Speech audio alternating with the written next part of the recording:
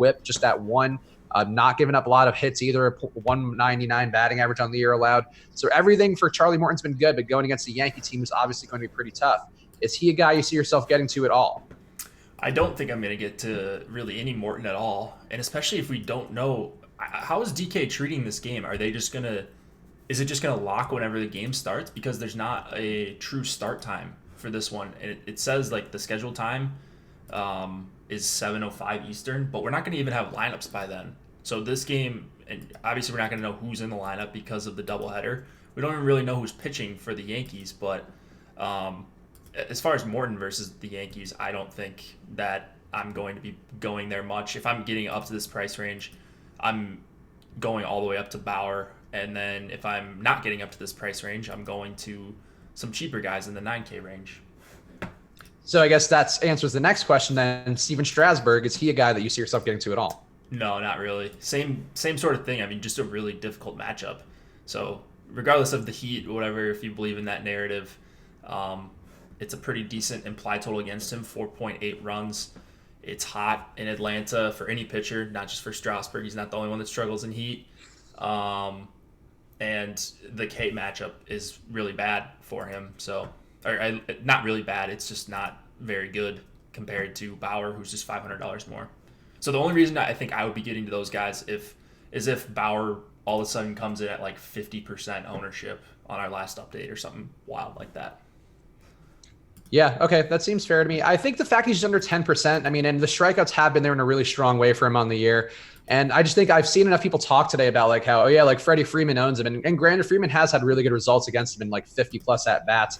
It is just the spot where I think people are expecting Strasburg because of whatever narrative reasons or just the skill of Atlanta, but it's not a great spot for Atlanta overall, I think, just because Strasburg's been missing bats extremely well. And if there's a lot of ownership going one way, I do think it's worth having a little bit of Strasburg. And it won't take much for you to get above the field on him if you do want to join me in trying to squeeze him in there. But projection-wise, he doesn't come up naturally at all. I'll give him that. Yeah. You said you're getting guys in the 9K range, Jake. Who are you getting to? Two guys I don't really like, but I understand why they project pretty well tonight, and that is, well, first of all, Bumgarner. He's going to be probably my second highest owned guy. It's weird. I'm paying up for pitching tonight. It's not something I usually do, but that's kind of where my lineup construction at least, is leading me right now. By the way, we are live on YouTube. It's a different link, so I posted that in the old YouTube chat. So Josh, I think, was doing some work behind the scenes. So thanks, Josh, if that was indeed you. So we are live on YouTube now.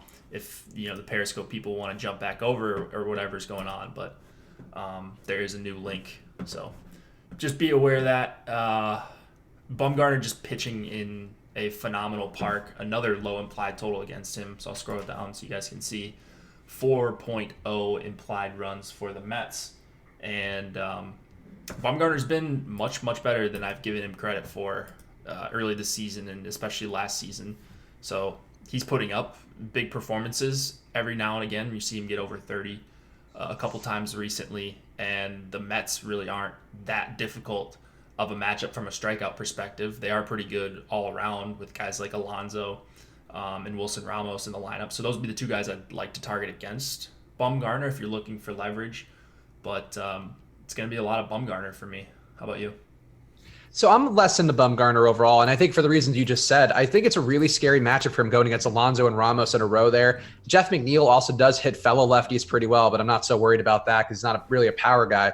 But Alonso's just been raking against lefties with a 442 ISO, 173 WRC plus. Ramos, a bigger sample size than Alonso, has about a 227 ISO, a 154 WRC plus. So these guys have gotten really strong results versus lefties, where I don't think Bumgarner, and Bumgarner also is weaker versus righties as you would expect. He's been really like lights out versus lefties, a 2.3 xFIP versus righties, a 4.3. Also giving up more hits. The strikeout rate drops from 29.4% to 20.4% going against righties. I think there's a really credible argument to say, even if these guys don't get there, that maybe these guys do enough damage to make it hard on them. And with this strikeout stuff not being as good as some of the other guys there, I think Boyd's strikeout stuff is better, even if the spot may be a little bit worse on paper because it's not as favorable of a park overall.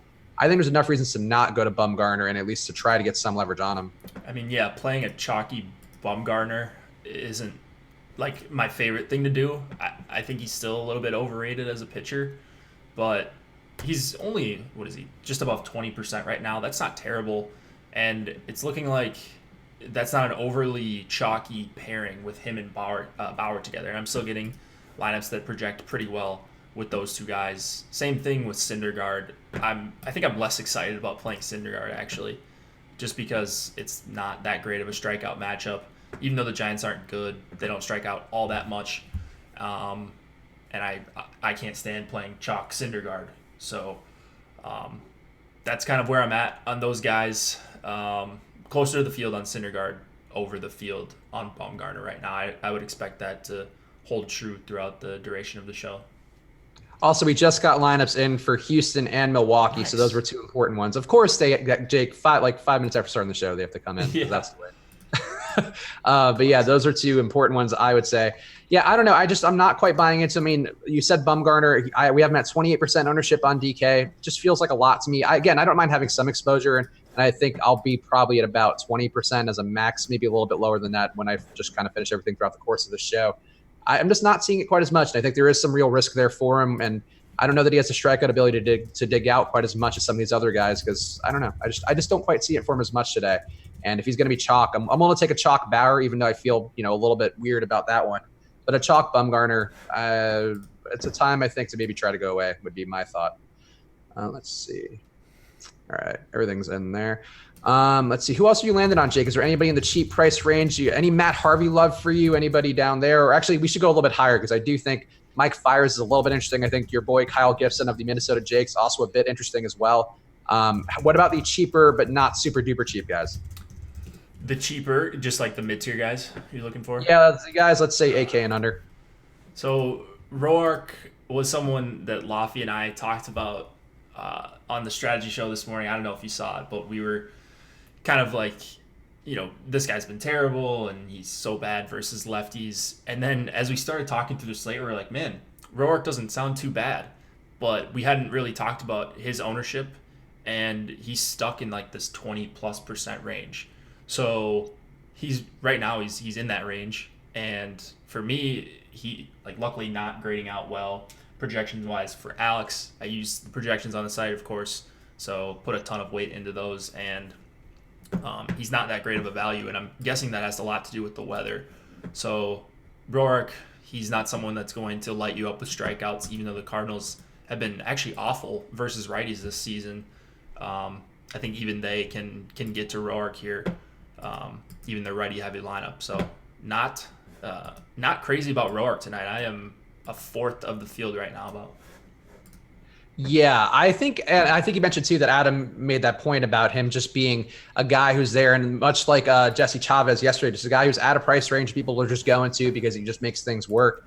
And that logic can be fine, but I think on a day where it's going to be really hot and humid in Cincinnati, which is going to be a positive power park even without the heat and the humidity, it's kind of a bad spot for Roark, a guy who's maybe been a little bit lucky on the. Well, I don't know if you could say lucky, but it seems due to regress a little bit further than he has so far. And I think this is a spot. The St. Louis has really also underperformed too. So it could kind of be an immovable force or immovable object versus an unstoppable force kind of thing here, with both these sides kind of being terrible in that equation there. What about the Merrill Kellys? Actually, how about Kyle Gibson? Because he is a guy who I'm intrigued by here, because Oakland does strike out. This lineup they have today, not a terrible one in terms of strikeout ability. They do have a couple guys over league average, 4 guys over league average in that lineup, but it could have been a little better based upon the one they had projected earlier. Gibson's been getting strikeouts at a pretty solid clip, a 24% K rate on the year, missing bats at a 13.4% swing strike rate. And Oakland, if they're going to swing for the fences, which they probably will, they do have some strikeout ability there. Is Gibson a guy you would consider at all, or Mike Fiers on the other side? No to Fiers. I can't stand Fiers. I also think it's a brutal matchup for him. I don't think it's a good matchup for Gibson either. You mentioned the K rate. There's a few guys in there that strike out around or above league average. But overall, the active roster is at about 21% for the season. That's bottom 6 in the MLB. Gibson, kind of a volatile guy for a pitcher. You're getting a little bit of a discount on him at 6,800, but the weather is so bad here in Minneapolis. It's really, really humid, 90 degrees. It's got to be not fun to pitch in, like a bunch of these parks aren't. So I'm taking the savings and going down to a couple of these other less than stellar options, even not getting to much Gibson. Okay. Yeah, I think just Gibson's a little bit interesting at that price point. At 11% ownership, it doesn't take a lot to get there. But yeah, the humidity I think is a factor there. So I do think that Minnesota, like Fires is a guy who's really limited damage well on the year, but still not striking guys out. Still has a 5.4 exit on the year, even though he only has a 1.1 whip. So he does seem like he's due. We do mention the nickname Flyball Fires often, but that 41% fly ball rate that he has, that should carry a little bit more today with the weather in Minnesota. So yeah, I just think Fires, there's going to be a good amount of ownership on Minnesota, and Fires has done a good job limiting damage over and over again. Where we've talked about him, we're like, hey, he's going to get blown up here. I remember we talked about him with the Angels. We're like, it's a pretty good spot for him to get blown up. He just doesn't over and over again. So he's a guy who I think is worth, the 3% ownership he has. That's like one lineup out of a whatever handful you want to do. I think it's worth throwing a dart toss or two for those guys. Fires hasn't given up a home run in 5 starts, which is that's pretty crazy. Wild. Yeah. Is he going to give one up tonight? What do you think? I think he's going to give up one, but maybe he gets the strikeouts to balance it out. Yeah.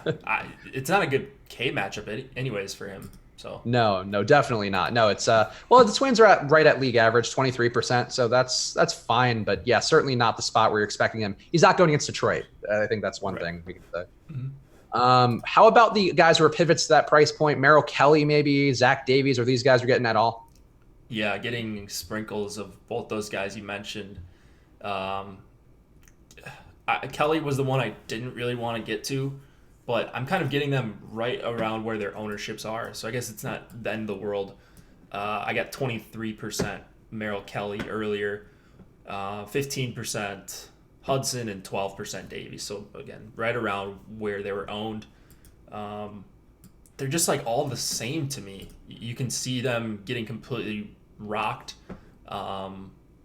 And Hudson's got the terrible elements that he's pitching in, but he's a ground ball pitcher. So there's good things and bad things about all three of these guys. I guess right now my favorite would be Kelly, just because of the possible strikeout upside against Milwaukee, but it looks like they rolled out a pretty normal lineup.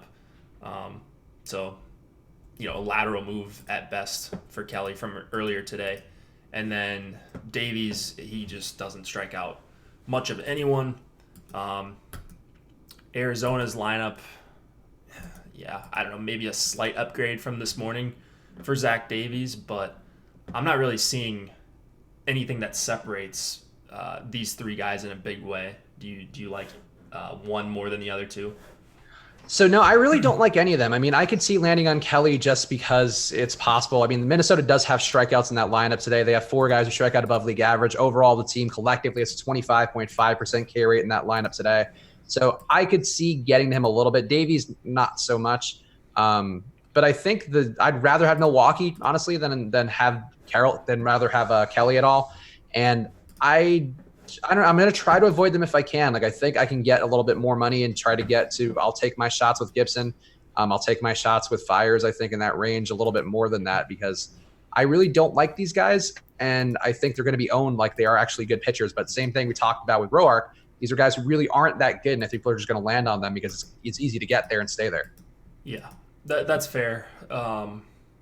It's just so ugly in this range. So that's why I'm getting to other guys that I don't love playing, but Bumgarner and Syndergaard, and I'm finding cheap bats that I like that it looks like are going not super over-owned for once. Anybody else who we haven't talked about who you're getting any of? Any Dakota Hudsons or Matt Harvey, of course, the Dark Knight, I'm sure due to return at any day now. Did get a couple Matt Harvey shares, but nothing like just because he's a sub 5K and pitching. Even saying that. Oh yeah, I told Lofty this morning I was going to, so I had to. Yeah, let's see, 2 out of 150 I got. So as long as that number stays below 5 on my final crunch, I think I'm okay with that amount of Harvey. We haven't really talked about Boyd too much, but he's not someone that I'm getting to. I just assumed he projected really poorly for our stuff on the site. Not that bad. 16 points, but he's just a pretty poor value compared to some of these other guys in his range. So did you get to Matt Boyd at all? Because I really didn't. No, I kind of had to grease him in there a little bit because he doesn't project. I mean, he's under the 2x value threshold that generally you're going to get a lot in optimizers, and even random with the randomness up. I'm at about 30% randomness for pitchers today, which we talked about the last time we did a show. And I've been liking that setting, but still not really raising any Boyd up. And I'm kind of surprised by that because Cleveland, I know on paper they do hit pretty well against lefties, but like Cleveland's just, I don't know, they just never get it done like on a given night. And sometimes a few guys have decent days, but against a guy like Boyd, who has actual strikeout ability, like a 32% K rate, just, I mean, it seems odd to me that we're going to have like no ownership on Boyd today when he actually has talent. And a lot of these guys here are, I don't know, a little overrated on the Cleveland side, I think. Cleveland always projects well, so we'll talk about them when we get to bats, because I don't know what I want to do with this, but it's just like they get a ton of respect in Alex's projections, so I'm probably going to end up there, and again, not on Boyd. And you just look at it, like 5.6 implied total against a $9,600 pitcher is tough no matter what, even though he's been very good. I understand why people want to play him. I just wanted to bring him up because Adam talked about him on the deeper dive right before us. Yeah, no, I think the talent is really there for Boyd. And I think, honestly, I feel kind of similarly about Strasburg and him, where it's like, I think these guys are good. And if they're going to be completely unknown despite being good overall, like the spot's maybe not perfect for whatever reason, but I still think worth taking a shot at because you don't know we talk about this every day with baseball, but you never know how things are going to turn out. I think people are just ignoring talent today and going with Trevor Bauer like he's a sure thing when we've seen him blow up and ruin slates. I mean, how many times this year? 2 or 3 at least? Who's that? Trevor Bauer. He's blown up? Oh, he's for sure blown up this year. Let's see. Oh, early in the season, yeah, when he struggled. Yeah, he's had a couple rough games. Not as many lately though. Like he's getting a ton of swings and misses, but yeah, I just don't see a clear pivot. Like I don't even know if I agree with the 12% on Boyd here.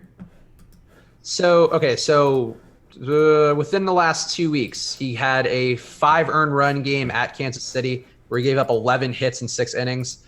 Before that, versus Detroit, I mean, we're not BVP guys, so don't take this as gospel by any stretch. But 4 innings versus Detroit, 10 hits, 5 earned runs on June 21st. So this is within the last month. I don't know, man. I think we're treating Bauer like he's like super legit, but he's been good literally every other game for the last 2 months, it looks like. Yeah, that's the thing. Is just everyone's gonna have a bad start. It's just weird to see that he only went 91 pitches in that Detroit game. Like, that's the weirdest part of that. So I don't know what happened, what the context of that game was, but just the swings and misses alone, he's probably not going to kill you if your stack goes off, which is what matters anyways. True. No, that's fair. Look, the strikeouts should be there, and we saw yesterday they are willing to give up strikeouts in spades at this point in the year because Mike Clevenger was really filthy yesterday. I actually did watch the start because I just had so much of him. I felt like I had to invest a little more, and they really were hapless. Like there were a couple times where they were just like windmilling like a kid who's terrible at t-ball. Like one of us out there. Yeah, it was like embarrassing. It was like how you or I might swing at a major league pitcher throwing 100 miles an hour at us. And it's not good for Detroit right now. So that could be enough to balance out whatever flaws Bauer may have in his approach so far this year. Yeah. Let's see. We have a few minutes till Dong picks. I guess we might as well just start that process. I'll update people on the sheet here because I think I did the sheet updates earlier today. But EMAC is on a hot streak. I do recall that offhand, which hurts me inside. I guess it probably hurts Josh more, but I think it hurts us all in some way because EMAC has been making a lot of picks and he's been hitting them 3 days in a row here. He's gotten home runs, but unfortunately, no Matt Adams on today's slate for him to go to. But the current leader in the clubhouse, EMAC, has 21 total dongs and 20 correct picks. Total distance between himself and you, Jake. You have 17 total dongs and 16 correct picks. I'm about equidistant behind you with 14 and 13, and Josh still bringing up the rear, taking in all the excess gas that we all have right in his face. 13 and 12 for Josh. So, Jake, it is your time here in the sunlight. Who is going to be your home run pick? All right, let's see. Actually, Adam, really quick, Adam made a good point. If you have Fantasy Cruncher, make sure to uncheck Domingo Herman and Yanni Chirinos in Fantasy Cruncher because doubleheaders get murky. I played a bunch of guys in Coors the other day with the doubleheader that weren't in lineups. Luckily, I caught it before it got locked, but just be aware that doubleheaders can get weird with that kind of thing. My home run pick is going to be Why don't you give me Paul Goldschmidt? Oh, okay. That is not where I thought you were going to go with that. Did you think I was going to a Brewer? I thought you might go to Washington, actually. That's also, yeah. Which I think is where I'm going to go. And lefty or righty, lefty or righty. Oh, this is tough. It's going to really be a kick in the nuts when the other guy goes. I'm between Soto and Rendon, and I'm going to go Juan Soto. Juan Soto? That's a very, very good pick. Can't argue against that one.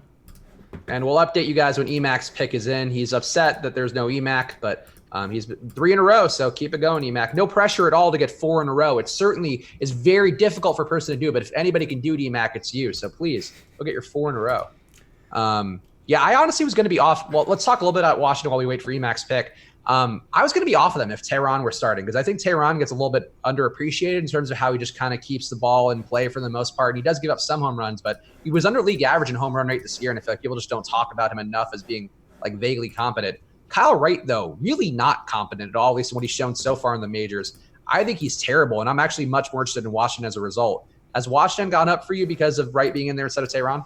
They haven't really gone up. I don't think Tehran's that great, so I don't know that this is a huge downgrade for the Braves. Do you have it on you how deep Wright can go? Like he's a normal starter tonight, right? Right. Yeah, that's not something I looked up, but he is a normal starter, I believe. Let's see. I think they mentioned it. So just to be transparent, I'm not playing Kyle Wright tonight, so that's why I haven't really looked into him. The one guy you're not on today. Yeah, it seems like it. Looking at his. Oh wait. He hasn't pitched in the majors since April, so we don't know.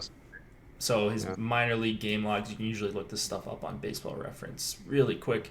He pitched on the 12th, so fully rested. Yeah, he went 102. So figured he was good to start. Lofty thought that he was starting this morning, and then he got scratched from his AAA start, and they brought him up, and then of course Tehran got scratched. So a lot of confusion today. The doubleheader, and who's pitching for Atlanta. But the weather's good. We got that going for us. That was dog shit yesterday, that weather stuff. Yeah, that was brutal. I was watching you guys, just like glad I'm not on the show trying to do my lineups.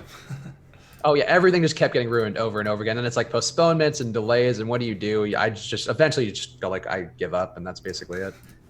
Yeah. But yeah. So I think for me, Washington, I think got a lot more appealing here because I was willing to go away from them before because they were really highly owned or projected to be highly owned in the morning. And they are still projected to be pretty decently owned, though I think it's kind of leveled out a bit. But I'm more inclined to go to them today with Kyle Wright out there because I really think his numbers in the majors so far, and maybe he fixed things at AAA, that's certainly a possibility. And with very low ownership, if you believe that Kyle Wright fixed whatever was wrong with him in AAA and he's ready to go into a game versus Washington in Atlanta in a positive hitting park and have a good day, you're going to get him at very low ownership. So if that's your gut instinct or what you know about, maybe you went to a minor league game where Kyle Wright was pitching and he was lights out, then sure. But in his major league starts this year, giving up a 1.8 whip, a 6.1 xFIP, 16.9% K rate, not missing bats at all with a 7% swing strike rate, also a 6.2% home run rate. All these numbers pretty much the worst on the slate. And he's actually been getting lucky with his BABIP, a 280 BABIP on the year. So yeah, I think Kyle Wright would not be a guy I would want to fear in any way. But I guess, for pure leverage and maybe he had 3 months to really find himself down in the minors, then maybe he's a new guy. But it really looks bad on paper for him. Yeah, I mean, that's fair. I don't think he's going to be great. So if you were on, I'll put it this way. If you were on Washington before with Tehran, I don't think you need to get off because Kyle Wright's now pitching. So yes, yeah, I would agree. I wasn't crazy about Washington before, so I'm not crazy about them still. Okay. I'm much more crazy about them than I was today, where I was like, they seem like a really obvious fade to me, or at least like one to kind of limit my exposure to. And now I'm very much the other way where, I'm not going to be crazy overloaded on Washington because the team total's not the best, but I will have a good amount there. Okay, there we go. Oh, Emac's pick is, and I missed that. Mm-hmm. Anthony Rendon is going to be Emac's pick, and Josh's pick is also in with Nelson Cruz. So we now have a full roster of home run picks of dongs for all of us. Do we know what's going on with the Yankees game on DraftKings? Has anybody gotten word? I haven't seen anything. I haven't seen people complaining about it on Twitter or asking or doing anything. So do we know, is that game just going to lock on DraftKings when it starts? like it normally would, just without a start time that we know of, or what's going on? Because we're not going to get the lineup before lock, that's for sure.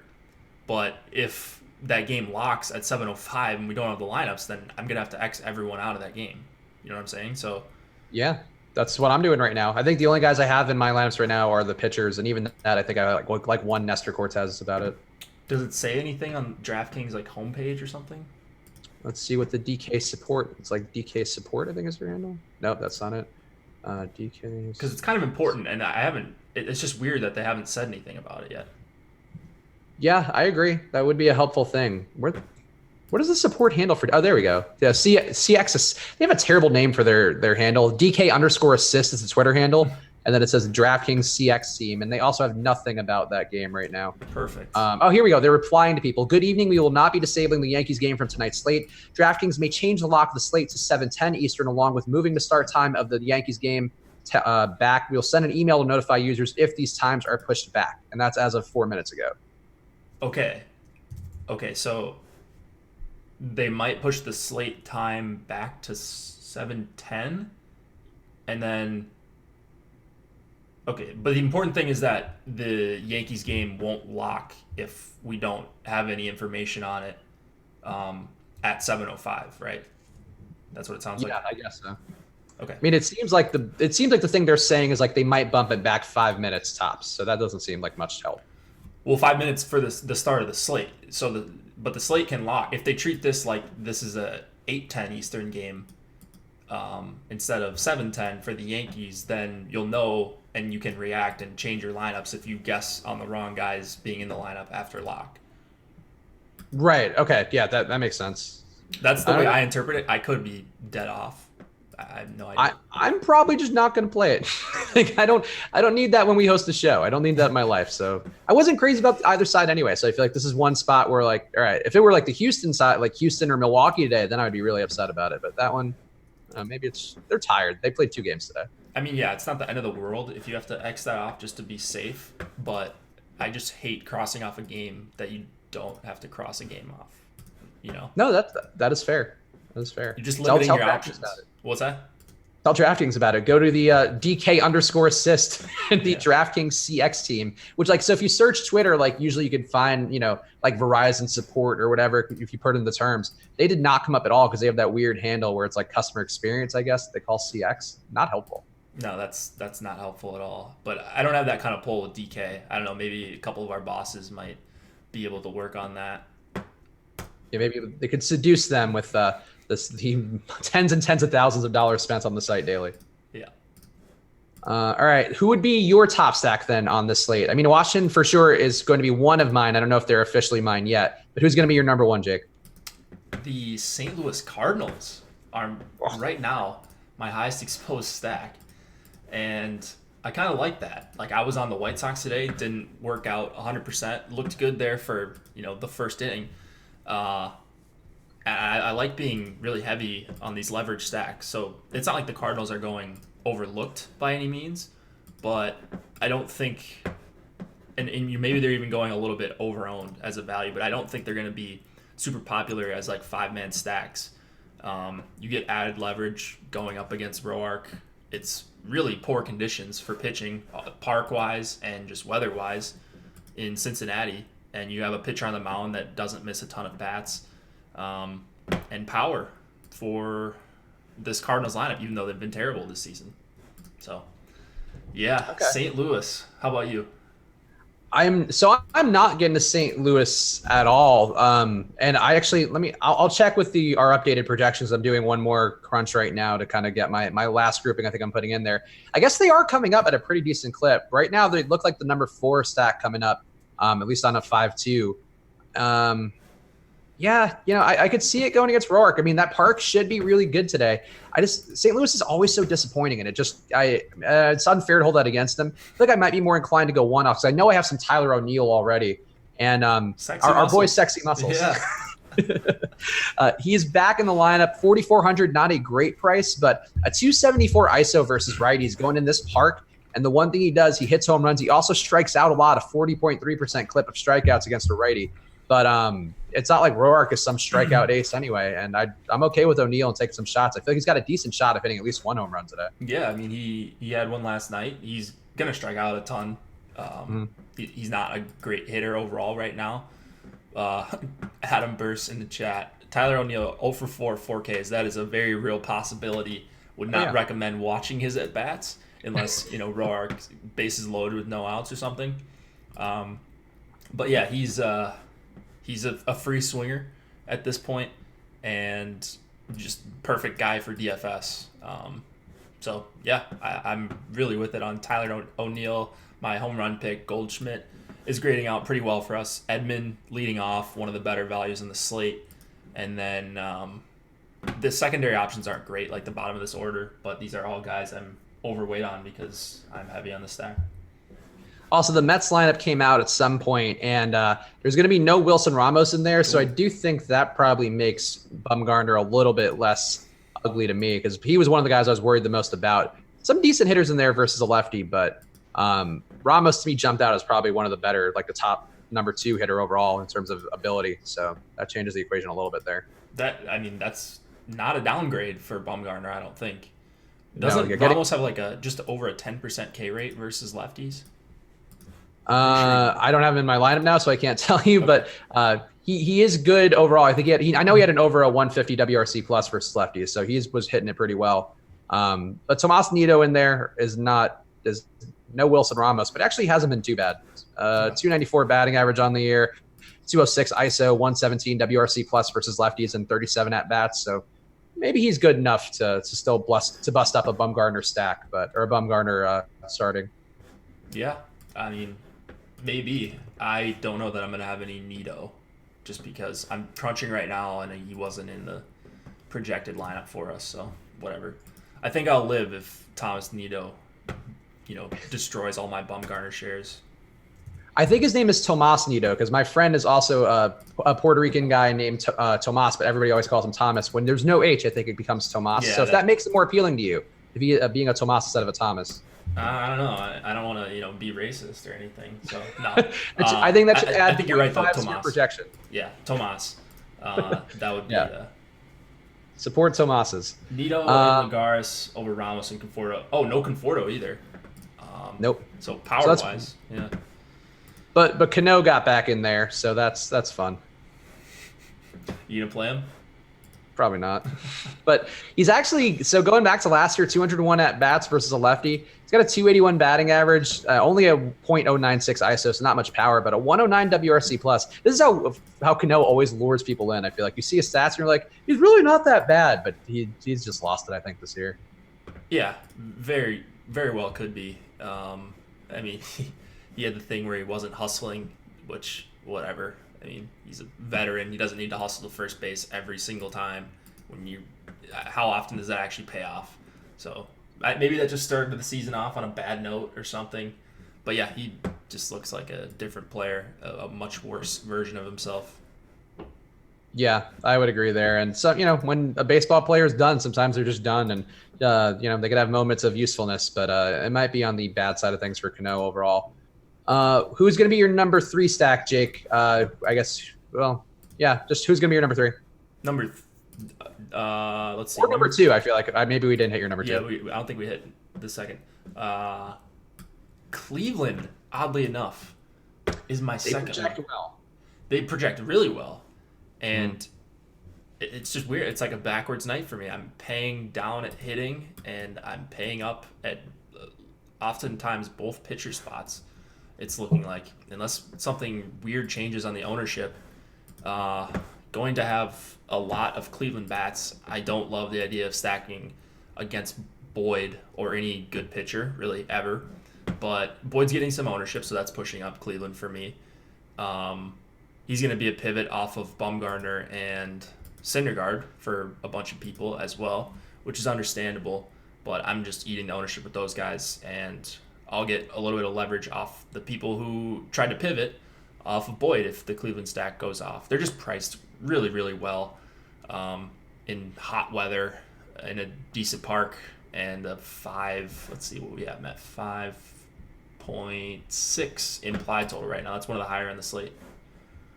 Also, Makad points out in the chat that apparently DK is officially pushed back to 7:10 Eastern time lock. So 5 more minutes to go for that. So I'm sure that'll help out some people out there. Yeah, I mean, we talked about the Boyd part of it, and I think I respect Boyd too much, even though, again, they do project well, and I did get a good amount of them, and I'll have some in my lineups for sure. And they're not going to be terribly highly owned, I guess. So that does give one benefit to Cleveland. Yeah, I mean, really, the ownership is primarily going to Lindor and Jose Ramirez, and then everybody else here is under 6%. So it's going to be a low-owned stack. I guess for you, though, with how you weigh stuff, you're not getting much leverage on Boyd with that one. Is that going to help, or is that going to change with when you kind of calculate your final ones? Well, so they project really well. Cleveland does. And then you're getting a little bit, and that's going to push them up no matter what. But you're also getting a little bit of leverage on an expensive pitcher in Boyd. So even if he's 8%, that's still better than going up against Kyle Wright if you're the Nationals, because Kyle Wright's not getting really any ownership at all. Gotcha. Okay, that makes sense. Yeah, so I guess we share the same sentiment on Cleveland. I think you're just a little more willing to go there, whereas I'm very skeptical. And this is as somebody who, and it's probably why, as somebody who's played way too much Cleveland this week, and they've had some moments of being good, and I think that's certainly probably clouding me a little bit here. And but the prices do work, and I get it. And Boyd has given up power. That is one thing he has struggled with, a 4% home run rate on the year. I just think he's been unlucky. 320 BABIP on the year. It seems like that's got to come down. Cleveland owes me a lot of money, so I'm not the city, the Cleveland Indians. Everybody but besides Oscar Mercado, I feel like it was anybody who's played Cleveland money. Yeah, he's the only one doing anything, it seems like.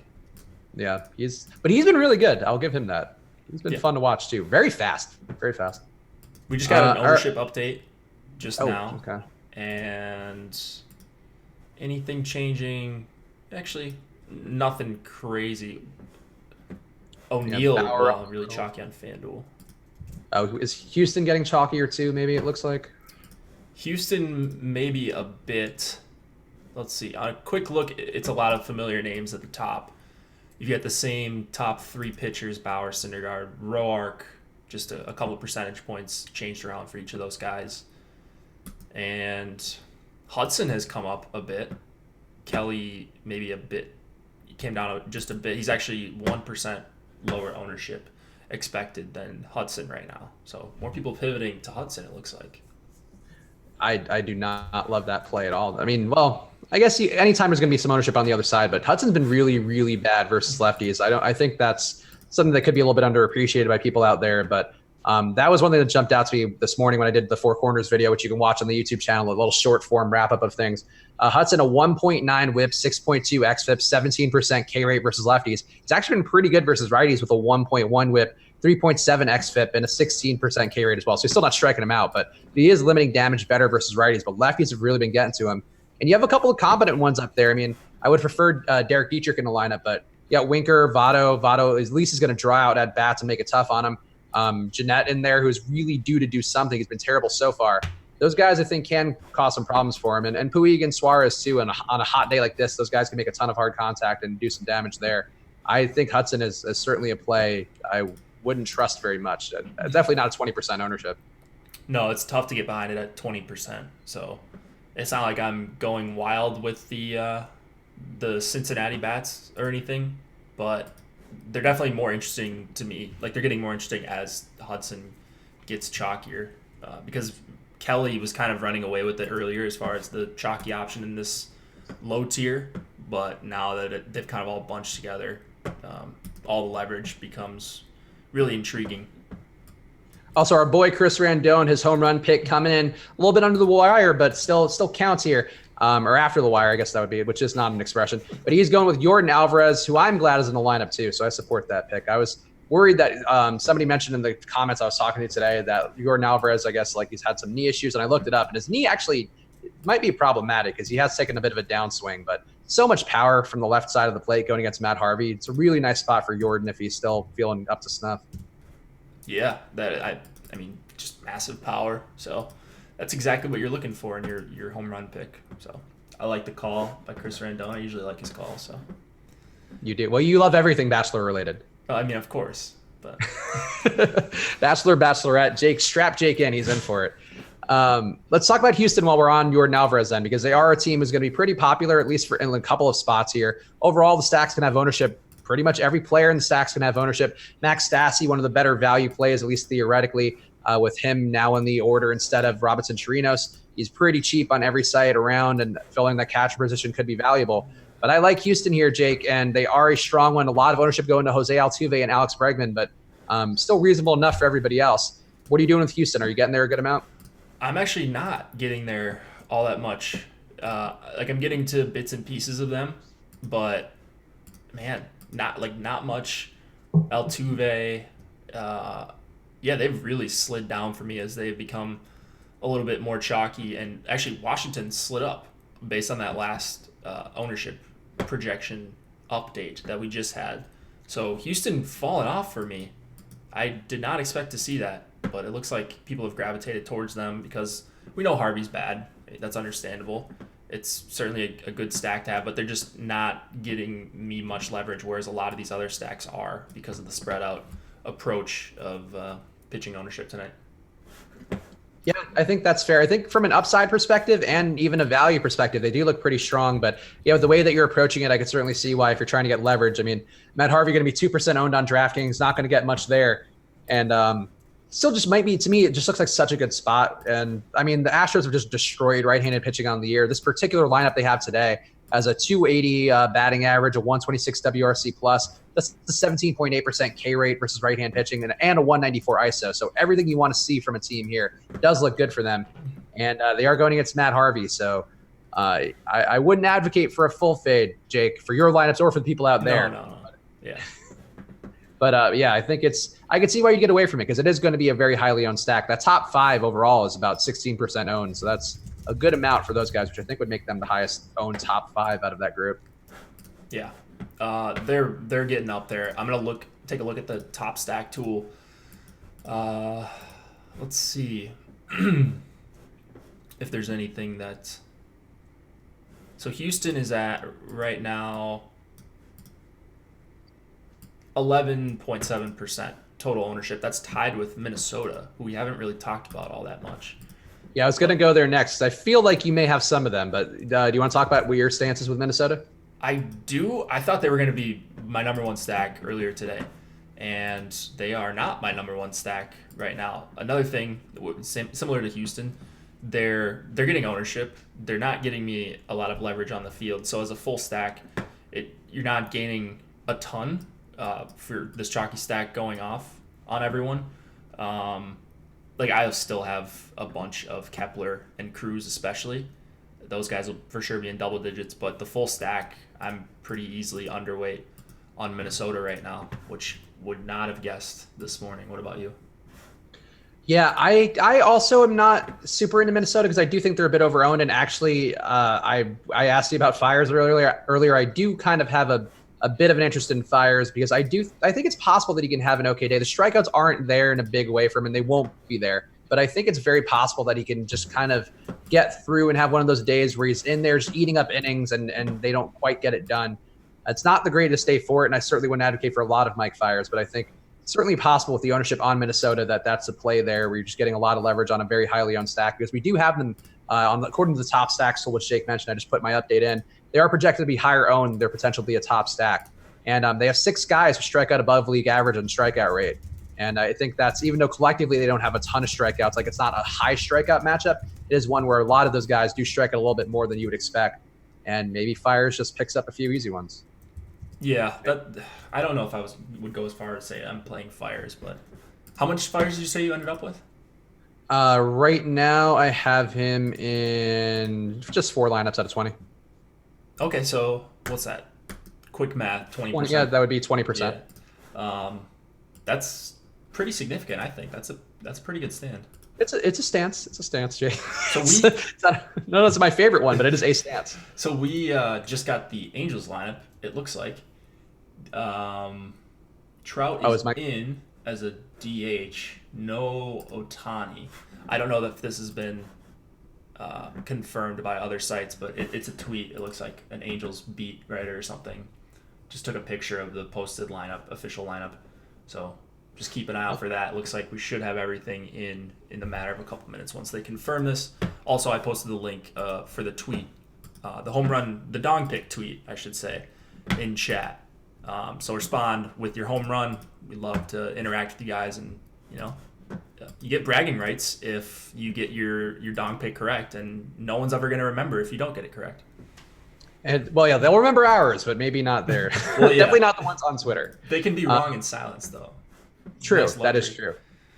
Speaking of while people are going to our Twitter right now, go to the @Osmo_com Twitter. If you check out the pinned tweet right now, we're doing another giveaway of 3 months of all access Osmo Plus. That's a $210 value. So what we're doing right now, we're all gearing up for football season. Lofty and myself have been doing some articles pretty much every week, breaking down some of the sleepers that we have. We're looking at the breakouts, the busts, all that kind of stuff. Nolan Kelly, our editor du jour, has been doing a lot of great work every day, previewing all the different NFL teams out there, which has been a helpful refresher for me too, just to catch up, even though I'm doing my own research on my own. Got a lot of content there, best ball strategy from Lofty as well. We're all doing stuff together. Ben Ross contributing as in addition to all these guys. So we're doing a ton of content. But of course, if you want to make your own pick, go to that pinned tweet right now @Osmo_com. If you pick the Super Bowl winner by replying and doing whatever they ask there, you can enter to win this contest, and you can win that 3 months. It's going to take a little bit for it to land for you, but when it does land, you'll be getting a ton of value your way. So go check out the pinned tweet on the @Osmo_com Twitter handle right now. Get your shot to win yourself 3 months of all access. Yeah, pretty good deal.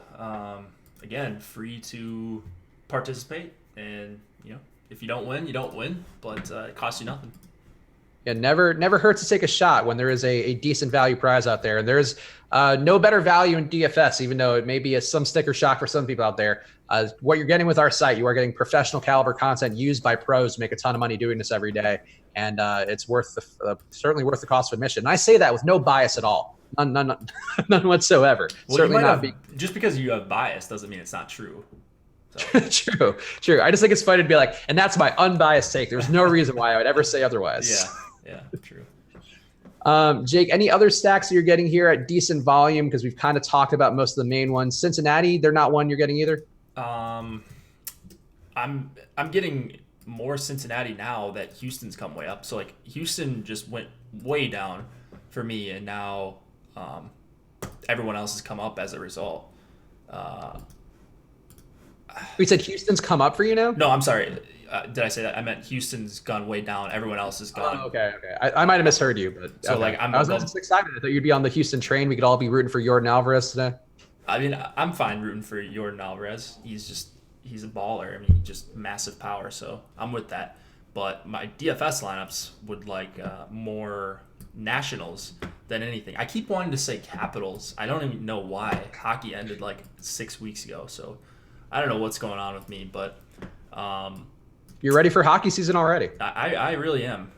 Cincinnati, I'm kind of with the field on them. I'm getting a good amount of Jeanette and Votto especially. Not so much the rest of the guys. So I don't think I'm going to end up on a lot of 5-man Cincinnati stacks. But yeah, definitely going to be on the other side of that game, that's for sure. I'm putting in one Dakota Hudson lineup just because I hate it, but I have enough Cincinnati where it probably does make sense to make sure I get one of them in there. Who are you stacking with them? I just lost it. Hold on one sec. I'm going with that one has an Astros stack paired with a 2-man twin stack and a one-off of Francisco Lindor. So a little bit of Cleveland in there, but not too much Cleveland. We've learned our lessons. Yeah. I haven't, clearly, because they're a top 2 stack for me, but we'll see. When they shell Matthew Boyd today, you will look like a genius, I'm sure, because I feel like we've been boy who cries wolf a little bit about Cleveland lately. And when they do go off, you get all the credit in the world. Yeah, I hope so.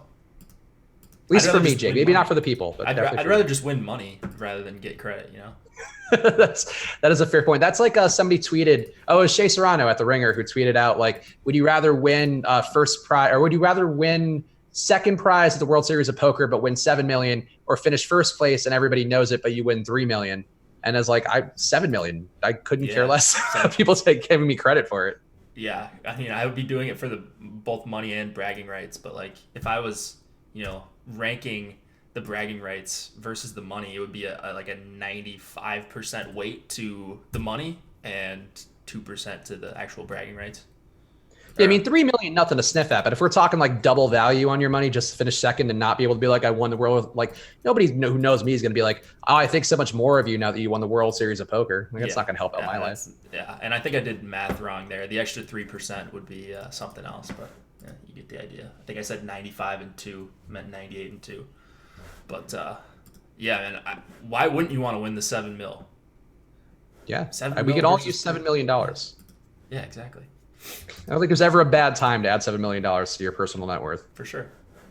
Let's see. Who else have we not hit on? Is there anybody important that we should talk about at length? No. So what stacks are you getting besides the main ones that we've all discussed? Because I feel like we've hit on most of the core ones. We even hit on your little St. Louis special as well. So who is coming up for you that you feel like we need to kind of hit on a lot more depth? Let's see here. Just the Nationals have really come up for me. I've got like 6 of their hitters above 15% right now. Which ye have little faith on the Nationals before. Yeah, I wasn't wild about them, but that's what ownership will do. So the slate can change on a dime for you. And Cleveland's still way up. Cleveland, St. Louis, Washington's probably like top 3 for me right now, and then maybe Minnesota and.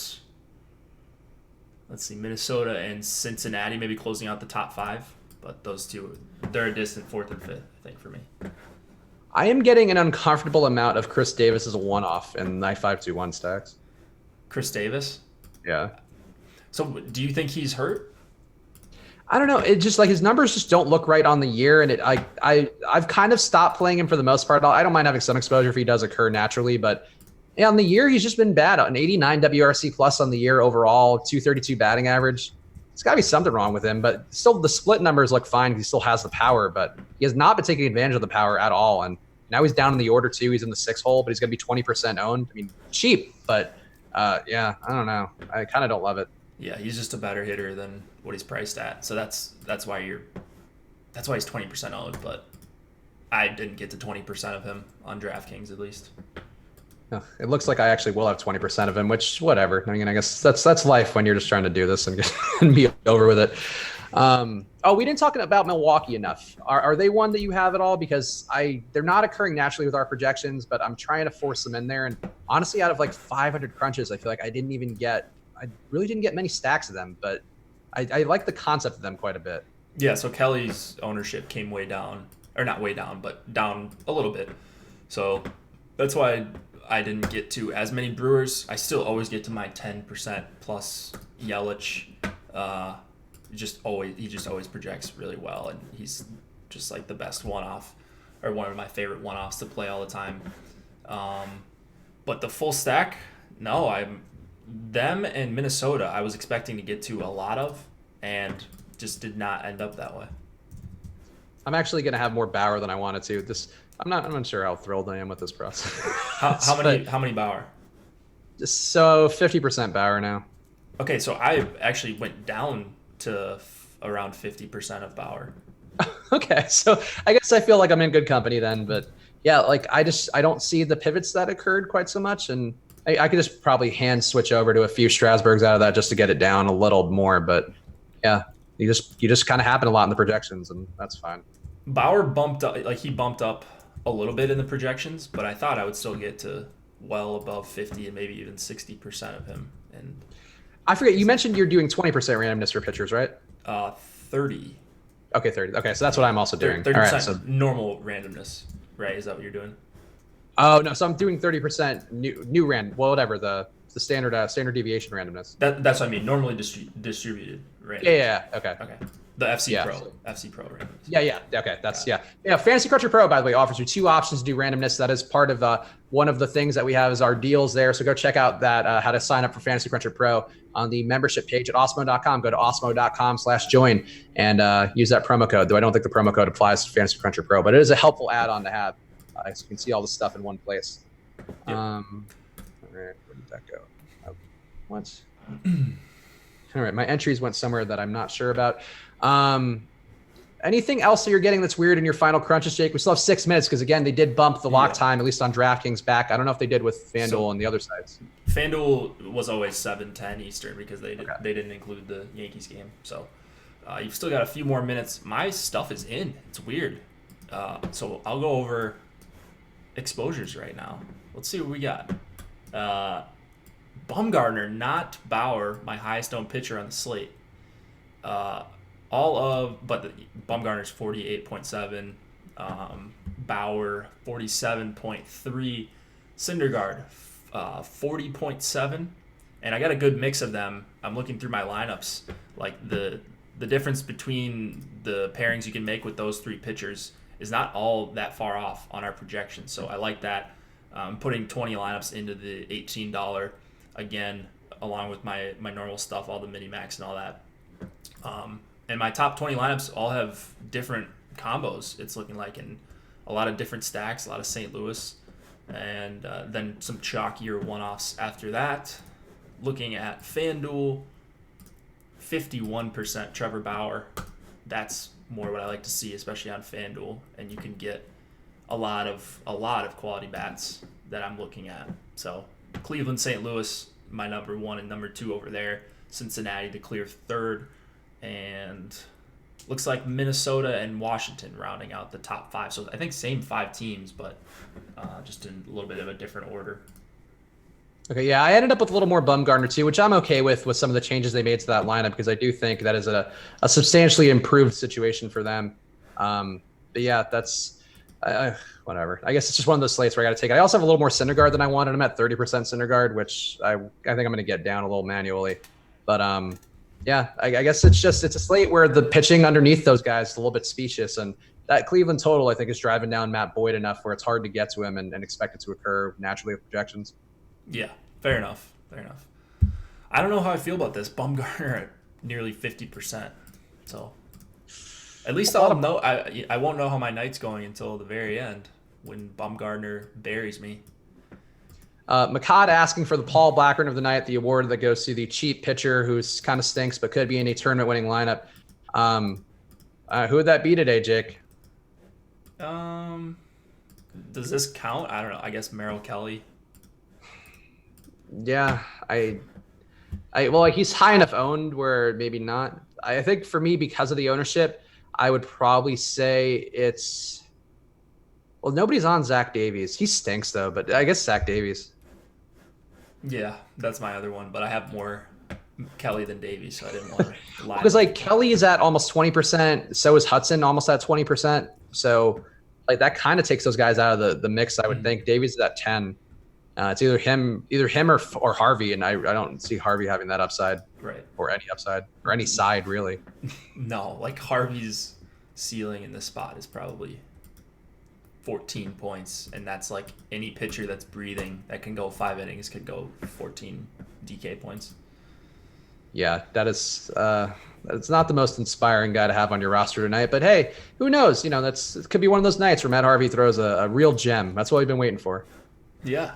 I like it. Us and all the exotic dancers of the Anaheim area, I'm sure. Harvey? Yeah, he's a big stripper guy. That was his thing in New York. Oh, I did not know. Maybe we've talked about this. I'm not sure, but he got run out of town because he was just always out whoring and clubbing, basically. Couldn't help himself, and was to the point where they were worried he had addiction problems, I think. Jeez, that's pretty dark. But he was also arrogant about it too, where he wasn't working as hard, got a little husky too, and not the best when that team is paying you untold tens of millions of dollars. Yeah, that doesn't seem optimal. Tyler Donovan, Merrill Kelly is the new Matt Cook. Terrible and lucky. I would agree. I think he does look like he's due for some negative regression, but he is in a park that's going to limit power production and just all sorts of hitting because it is a closed roof there in Arizona today. That it is. All right, let me upload the projections in one more time. I saw a Ramos share that I got somehow. Ooh, yeah, get that Ramos out of there. Go to your Nito shares. Get Tomas in there. Yeah, we'll see. All of a sudden, you're going to have 50% Tomas Nito and be like, I don't know that happened, but never been happier in my life. Yeah, I don't think I have to worry about Nito Chalk burying me, so we'll see. Okay, just putting in. All right, so my exposures are going to change just a tad. But anything noteworthy? Let's see here. I'm going to paste this in quick before I get cut off by the clock. You got 1 minute left, by the way, for this new lock time, so get your stuff in, everybody, Jake included. Oh yeah, we're gonna easily get there. Just got to go to my lineups, edit entries. It helps to have the template downloaded before the show. I've found out the hard way. It's a pro move by you. Yeah. Okay. Let me resort and no, actually nothing. Okay, Bauer went up to 48%. Bumgarner down to 47. So Bauer, my highest owned pitcher now. Okay, that's a thought. By one share out of 150. 72 compared to 71. I'm with you on the Bauer train today. I really didn't quite want to get there, but there really aren't options besides him. So that's the fun part of DFS. Sometimes you have a take and you're like, wow, this feels bad. And then it's still got to go with it. Or sometimes you think you're going to be on 2 stacks in the morning and you're on 2 completely different ones. So gotta adapt as the information changes, I suppose. It's true. I do hate feeling like a fraud sometimes when we do have those takes, but that's why we encourage you guys to watch all the content we're on, because as information comes out, you got to be willing to pivot and think about things differently. And it's certainly one of those cases where we had to think about some things differently than perhaps we expected. For sure. All right, so we are locked, guys. Thank you guys for watching. Before you leave, please hit the like button. The like button helps us keep the lights on here, both metaphorically and literally. So please do that, because Jake and I both have fancy boy lights here. We are very well lit on every show, in large part because you guys hitting the like button. So please continue to keep us lit and hit that like button on the way out. And Jake, what's your content schedule coming up? Tomorrow, Josh and myself doing the Yahoo show with Alex Baker, Awesemo. You may have heard of him. That will be at 1 Eastern. And then after that, live before lock, and then that's all from a seeing my face perspective for the rest of the weekend. Yeah, and I'll be back on Saturday, but tomorrow check out my Four Corners video. Subscribe to the channel, hit the notification bell so you know whenever we go live. We've had a ton of content on the channel, had a lot of British Open content, or the Open, I guess, depending upon the branding that you want to use. Had a ton of content on that. Always have stuff going on this channel. So subscribe, hit that notification bell. And of course, do check out the pinned tweet on the @Awesemo_com Twitter handle right now. It's early, but if you guess the Super Bowl favorite or the person you think is going to be the best one, hey, take a Vegas favorite. You're fine if you do that. You win 3 free months of Awesemo Plus. So go check it out right now. The pinned tweet will tell you all the things you need to do to get in there and win your free 3 months of Awesemo Plus. Just got to pick a Super Bowl winner. No problem at all. It's really easy to do. That's why we all do it regularly. All right, guys. So thank you guys for watching. We appreciate the support. We'll see you again soon. Good luck.